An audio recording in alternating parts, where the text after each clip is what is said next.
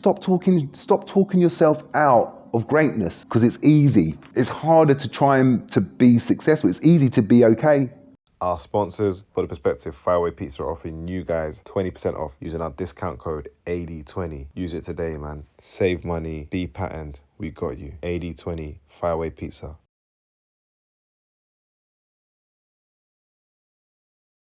Reading about your mum's background, like, and just what she went through, I was just thinking, bro, that is challenging. That's challenges beyond belief. And in the book, you talk about how your mum was put into care. Mm-hmm. And I never even heard of the terminology. Was it negroid? The negroid features. She had negroid features because she was light-skinned, mixed race, and they wouldn't adopt her out because she was too negroid.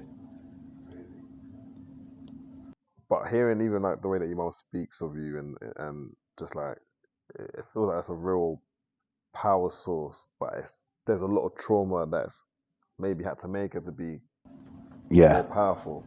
Did that impact on you growing up, like her experiences and what she went through? Yeah. I mean, you know, my mum literally probably had to bring herself up, and she was in a world where, even though she was light-skinned and had an afro, she didn't really know she was black until she got to London, because she was brought up in Bristol and Bath. Until she bumped into my dad in the Troubadour in Earls Court in the 60s, and joined the Black Panthers, and went, I'm with my people, and and some of the, even though Dad was around, she brought me up by herself, and Dad was always kind of flitting around and being what a West Indian dad would be, and probably had, I've got 7 brothers and sisters from different mothers, so, and we're all, there's only, my older sister is 6 years, but there's all a couple of years in between us, so we know where Dad was, right? So I don't know how the hell got away with it, but my mum,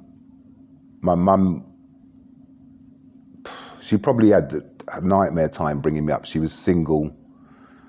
She was she had to work, so it was a bit of a latchkey in terms of running around the streets until your mum gets home from work. And yeah, she was one of the few two women in the Mangrove 9 trial. What's the black director called? Steve McQueen, who did 12 Years a Slave. He made those series of programs, Small Axe films, and my mum and dad were in the Mangrove 9 one. This feels like an American movie. It feels similar to Tupac's story, the Black Panthers, and seeing the images of your mum and all these things. And I was just even as you're speaking, I was thinking like you're probably the person that they probably, if everything was as it is now, this is the person they would have kept far away from any leadership position in the music industry. Do you know what I mean? Like with who your dad was. Did people know? Obviously people probably knew who your dad was, but when you was in the industry, did people actually know? Did they clock?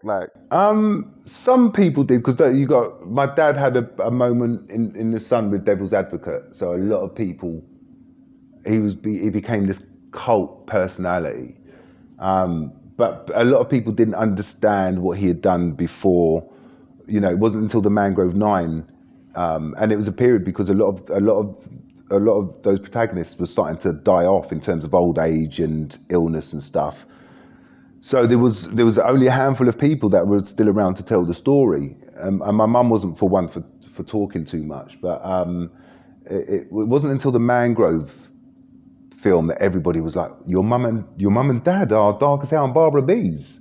If you knew about culture, you knew, but you know about my dad. But my mum just recently, and I used to say to my mum, it's not even about what you want; it's just about responsibility now. You have got legacy to leave. You got stuff to say that people need to hear, and that's why when I had my first interview and it was The Observer, I said I need my mum to do it with me. Men usually get the flowers, You know, my mum and my mum was key to the struggle, and she should get the space and the flowers just like the men of the struggle did. So that was important.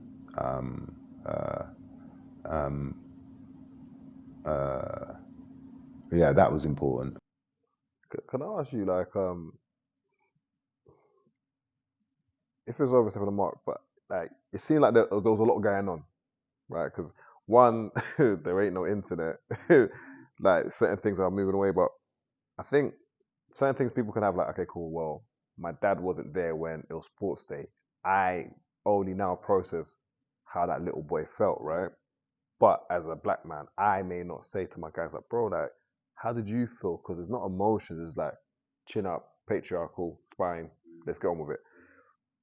What do you, looking back now, as a father yourself, like, what do you think was the biggest impact that shook your roots, like, growing up? Like, what parts really do you think, like, I can see how that one really correlated to maybe not where I am today or how I am today, but this one actually negatively impacted me, or this action, or this moment, or if it's an accumulation of things? I think it's it's going to be accumulation of things. I would, you know, a lot of things happen that help you build and shape you and your outlook and your outlook. I came from a very chaotic, sometimes violent, through domestic violence. I came from that kind of background. So I always wanted to get as far away from that as possible. Escape. Yeah. So, you know, I would wake up super early just so I could get out and about. I'd never take my jacket off. If I arrive somewhere and someone goes, "Can I take your coat?" or you're in someone's house, I'm like, no, because I was always on my toes, ready to just go in fight or flight. I still do. I don't put my coat in the cloakroom because I've got to have my coat ready to go. If we've got to go, we've got to go. So I'm still wired in this kind of. I'm still wired in certain ways. I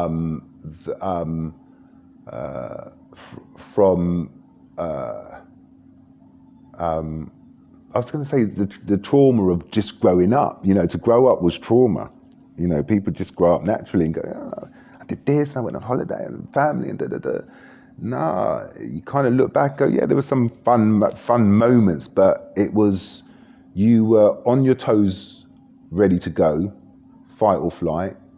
You knew that people didn't want you in the room for the most part. I always used to go to West Hampstead where my sister used to live, my two sisters, because West Hampstead was on the other side of London, and it was almost racism didn't exist in West Hampstead because everybody was bohemian. So more inclusive. It was like seriously inclusive. Like Fulham had a mixed bag of people, but the white people were still like, right. But in West Hampstead, it really, not Kilburn or Needs, like this little enclave of West Hampstead was like, everyone's just like playing the flute and like being like really hippie, and everybody loves each other. And I used to love going to West Hampstead. So it was my kind of decompression, and then I'd never wait for buses. I would run to the next stop, because when you don't know where the attack's going to come from. So I never used to like to stand around. And that's due to the racism. Yeah, due to the racism. So I always used to, like, when I was waiting at the bus stop and the bus wasn't coming, I'd run to the next bus stop. I'd never be just standing around. Then I'd run to the next bus stop. And I remember, I sometimes used to get from West Hampstead to Kensington High Street. And that's how I became a middle distance runner. It's a bit like Run, Forrest Gump. But Yeah, it's, you know, I now look back and go, up until we left school, and even when we left school, it was just it was just a movie for all of us. Like it's like it wasn't. We shouldn't have normalized it, but you did, you know. Yeah. A Rebel with a Cause. Love the title of the book. I would advise people to read it in its entirety or get the audio book.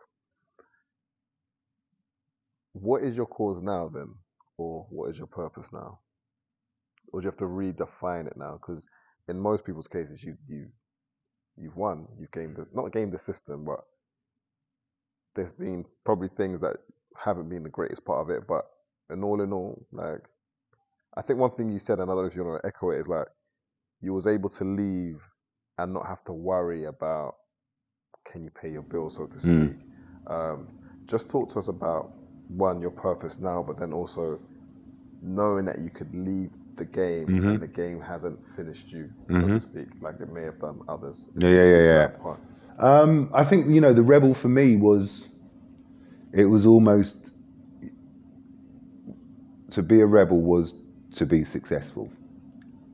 You know, in that was rebellious, because other people would have seen the thing not to be successful. The other thing was, So, you know, that was my form of activism, which meant I didn't want to mess it up for the next person that looked like me.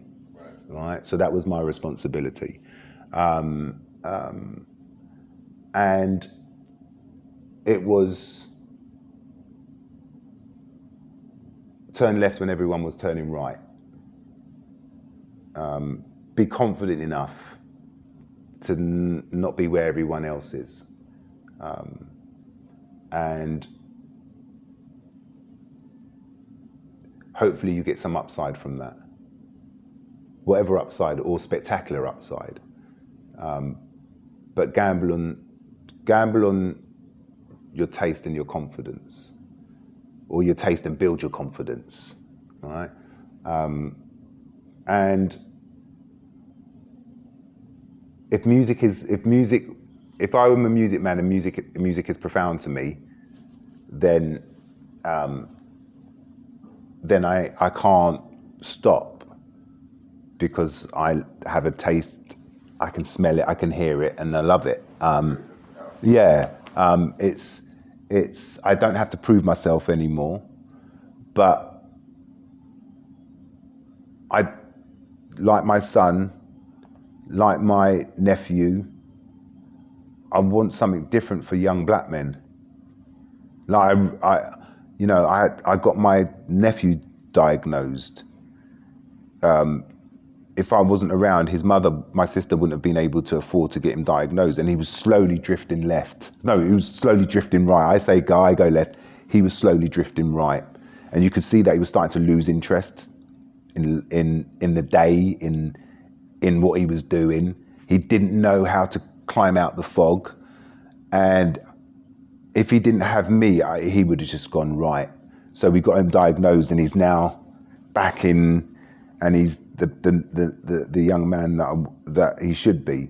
So, and I hate that we are deemed in a negative light. We're seen and young black men are just, you know, wherever you are in the world, and I just want to be able to let young black boys know that they're not savages. They're not disruptive, but they can be the future. And again, it's not about being the CEO of anything. It's about, can you get up in the morning and navigate the world and have a work ethic and find that forever job, because it's not everybody can be rich. It's not this Instagram filter. And if you can crack one, you can crack two, and you can start sending a message. Because that's what my mum and dad did for me. That's what my dad did for me, and probably a lot of other young black men. Gave them a bit about themselves, a bit of something. You know, my dad could hang with the criminals, but he could defend himself in a court of law. He could walk 2 different hallways. He could walk road and he could walk the hallways of justice, right? And I think, you know, for me, that was the balance for me as well, was getting the balance of being for and with my people, but being able to cross the chamber, the floor, the house floor to the other side, right? So, yeah. I was listening to you. You got your 10 commandments, right? And maybe it's a bit of an echo, but it's like there was certain things, and I think there's a portion of life where I'm looking at the music industry is lured a lot of black men and women. When I say lured, like it's almost like, okay, cool, I want to go here. Somehow you may come in. I have my own analogy. It's like you go in with more, you leave with less. So, you know, but then sometimes when people get here, they don't have the social cues, or don't know how it works. So I think, can we speak to the part of like music managers, artist finances, because that's a part. Like once they get in here, like everyone's thinking, bro, like it's like an X Factor. Yo, you've got the deal. Life is gonna be lit.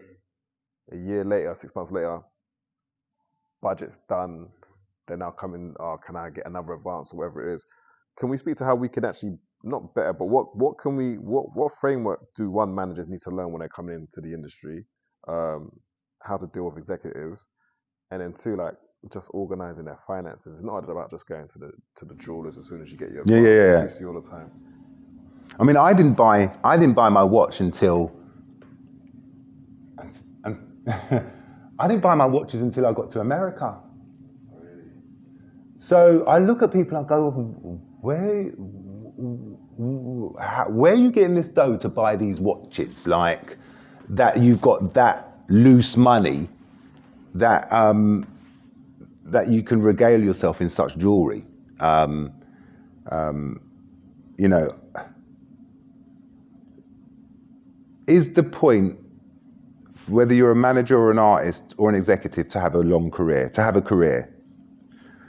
And then how long is a career? I started this business when I was 18 and I'm now 54. So I've started young and grown old in this business. That's a career. You know, that's a long career. People can have a 5 to 10 year career, but what have you know, it takes 5 or 10 years to learn shit.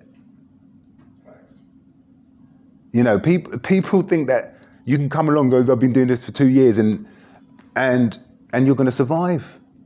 And that's why, you know, I just sit back and I watch these people take themselves out. I see them go and take the biggest deal because they think it's clever.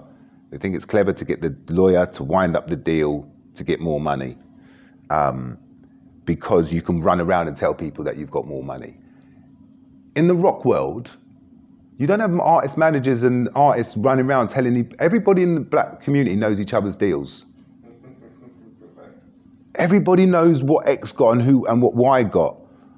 Bono doesn't tell Chris Martin what deal he did, but somehow people know the numbers on all these deals because you've got people chatting because they want to look like they pulled these numbers down.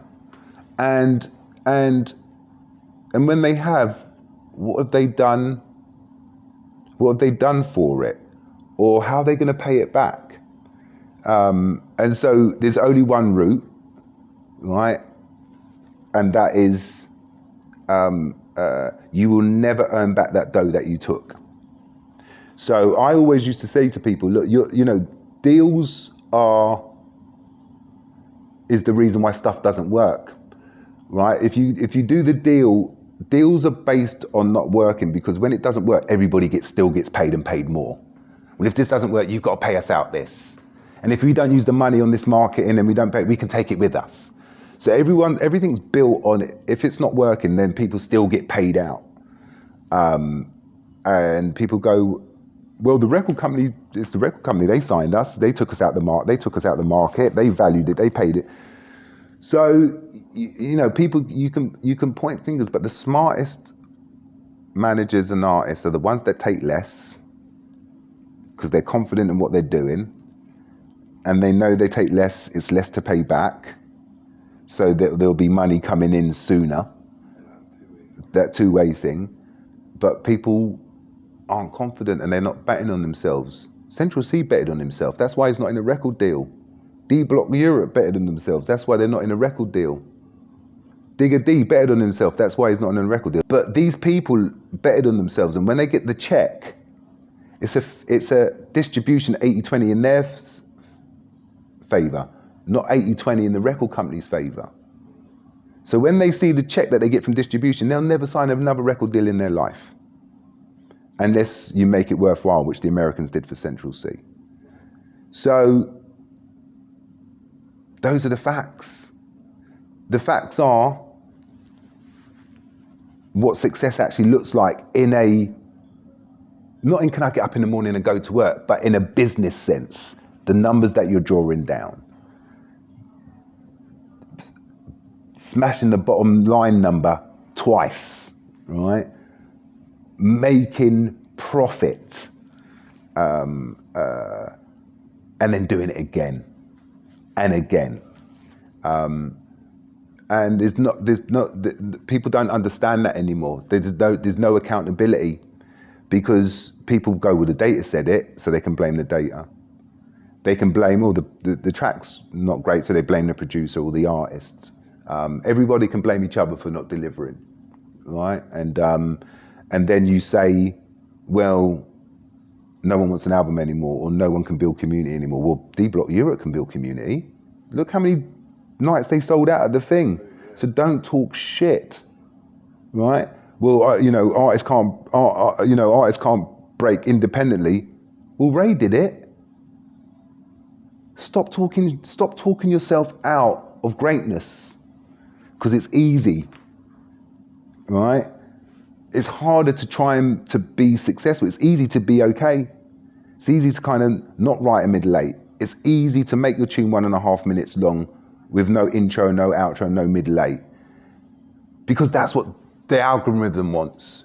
Who gives a fuck about the algorithm? If you do, you're going to be making that kind of music.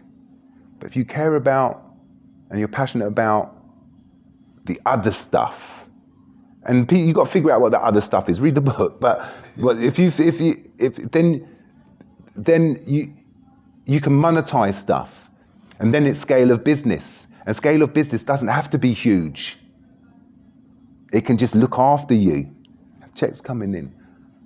Because as soon as you try and scale it up, there's a chance that it might not. It can collapse on itself. So if you're going to go that way, be that person, be Central C, be Bellow, be like water, But if not, then maybe the music industry wasn't built for you. Maybe it's a bit of a smash and grab, but don't say it's this when it's that.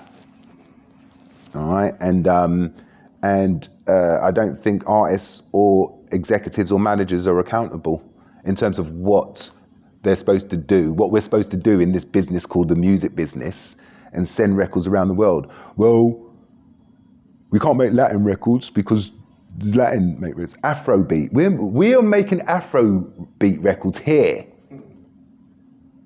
Why aren't we mixing Afro with jungle, with hip hop, and people kind of go, what's that? But right now, I don't know I know what music coming out of Africa is. I know the music coming out of Jamaica is. I know what the music coming out of Brazil. I know, but I don't know what's coming out of the UK. And that used to be our soft power. That used to be what we used to be able to sell in other countries, right? Now all of these other countries, Germany's got its own hip hop. Korea's got its own pop. You can't even, everybody's got their own versions of their own things. So when they listen to our music, why do they still go, yo guy, you guys in the UK, your music is sick, man. Like that two-step garage shit. But it's all homogenous Afrobeat. I even saw Buju kicking off about people not respecting reggae. And Sean Paul had the same issue, right? That reggae's being sidebarred. And reggae for us over here in in the UK, the Windrush generation. You know what I mean? And I remember there's a moment, and I've got it on camera, and it got sent to me. Twin Alex called me to his office. It was just, I've got it. Do you know Bakuli? He used to look after the band and them lot. He's still around. Bakuli. Yeah, Bakuli, right. Bakuli. Yeah. So there's some footage of Twin calling me into his office. There's the Banj, Bakuli, and Sam Adebayo. Sam's in there. I can't remember the other girls, but they're in there, and they're playing the Oliver Twist record. And I'm sitting there going, "Oh shit! This is that moment. This is that record." And I remember saying in the room, I said, "Boy, you Africans are really not leaving anything on the table for us Caribbean people anymore, man." Like this was that moment. And I remember we tried to sign the record, but because he had done a deal with Good Music, it had to go through Mercury in the UK. But that was I remember that moment. That was the moment when Afrobeat just went, and West Indians just had to kind of like, you know. So I don't even know if West Indian Caribbean music makers are making Afrobeat music, right? So getting back to what does all of our culture as a melting pot here sound like in the music? You know what I mean? So because the Sonics was how we went out to the world, and we've lost it, and it's scary.